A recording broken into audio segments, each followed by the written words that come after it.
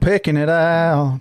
I never really, I guess, fully understood is what the hell Jerry Glanville had against you. It was like he was just, I don't know. I feel like he made it, he went that extra mile to kind of be dismissive, or maybe that's not the word even.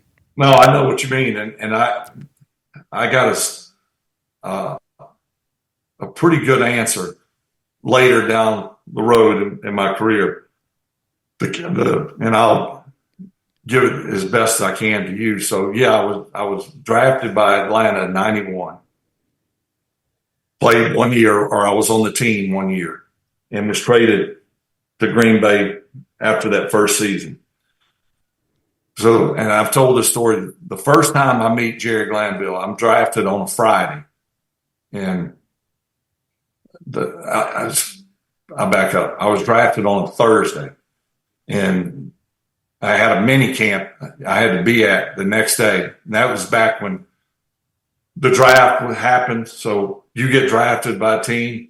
The next morning, you're on a flight to that team, and they have mini camps. Everybody has a standard mini camp, and it was for the weekend. It was really kind of rookies get to know you had shorts and T-shirts and helmets.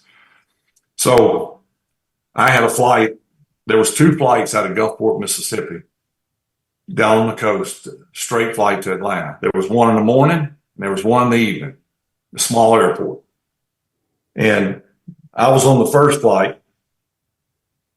It was 7 o'clock or something like that, and went from Central Time to Eastern Time. So I was going to be, I think mini camp started like the first practice was like 11 o'clock. So Eastern Time, so 10 o'clock my time. So I got about an hour and 20-minute flight. I'm going to be pushing it to get there, get dressed, and get out on the field. But obviously they knew that. Well, my flight's delayed, so I'm late. So the guy that picks me up in Sewanee, Georgia, was way on the other end from the airport. Airport's bottom left-hand corner of Atlanta. Sewanee's going up towards Athens. So I got probably a 45-minute drive at best. So the guy that picks me up at the airport, Danny Mock, he was like in scouting. It's he and we were driving up to Sewanee, and I'm like sweating bullets. I'm like, Danny, this is not good. It happens all the time, and it does. As I look back in retrospect, I mean, it wasn't the end of the world, but I'm thinking I'm late for my first practice. So we get to Sewanee, pull up the facility, and it's probably 11:30. So they're 30 minutes in. I run in, throw on my shorts, T-shirt, helmet, run out there. And Danny's waiting for me. And he says, Jerry's the first person that we come to, and he's got his back to me. He doesn't see me coming. He's got a cowboy hat on. He's got a horn in his back pocket, one of those loud horns, and he's got a black windbreaker on. I'll never forget. And Danny says, "Hey, coach." Jerry turns around. He's got dark sunglasses on. And he said, "I got your quarterback here." Jerry says, "Hey, Mississippi. What school are you from, Mississippi?" And I thought to myself, that's kind of a weird question. He just drafted me. So I said, eager to brown nose and get on his good side, I said, "I'm from Southern Miss, coach." He goes, "Gosh, dang it. We drafted the wrong guy. We wanted a guy from Mississippi State." And I thought to myself, a lot of things went through my head. I'm like, am I supposed to laugh at this? Is that a joke? Mm-hmm. Serious, because he said it like he was serious. And I said, I kind of laughed, and he said, get your ass out there to practice. So I go out to practice, and from there, it went downhill from there. He just, anytime he had an opportunity to ridicule or criticize me, or he did. And I was drafted 33rd pick, which was in the second round. And the more he put his thumb on me and just suppressed me, the more I retreated. The more I drank and partied and even missed the team picture. I mean, I digressed the whole year, put on 25 pounds. I'm like, I'm going to never play again. I'm going to just, and then lo and behold, I get traded for a first round pick. So it's like I did nothing, never played, got drunk, put on weight, and yet it ended up getting me traded for a first round pick. So it's like I got redrafted, but in the first round. So I knew this was too good to be true. Well, later down, 10 years later, we hired a guy named Sean Herrock, whose dad was Ken Herrock, was a general manager for the Atlanta Falcons when I was drafted.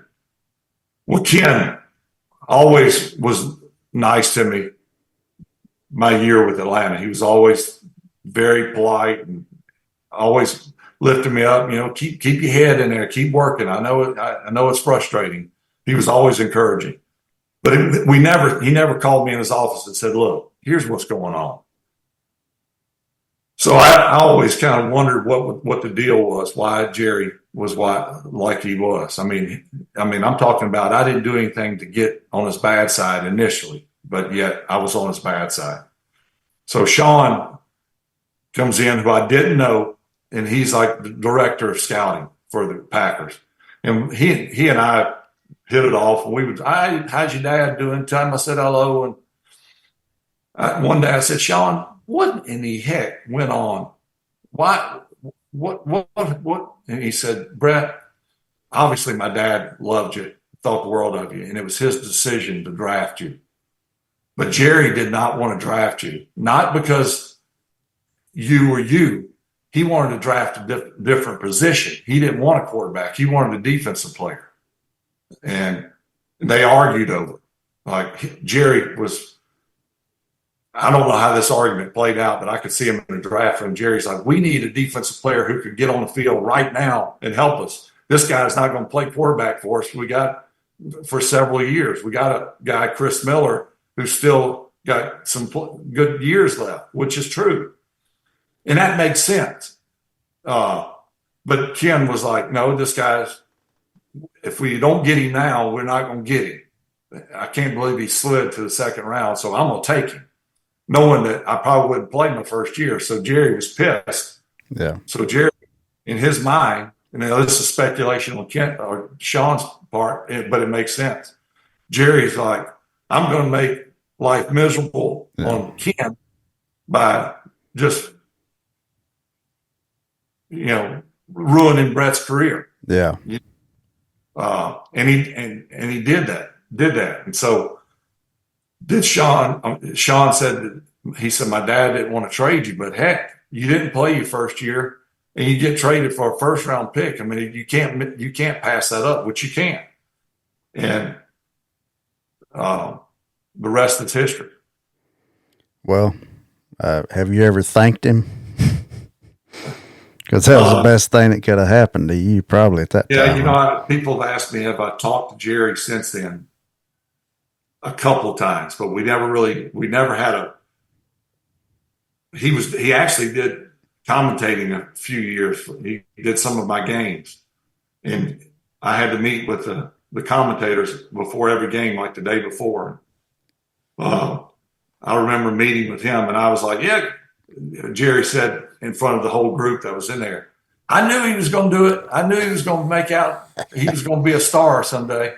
I'm thinking to myself, I didn't throw him under the bus, but I'm thinking to myself, you lying piece of shit, you.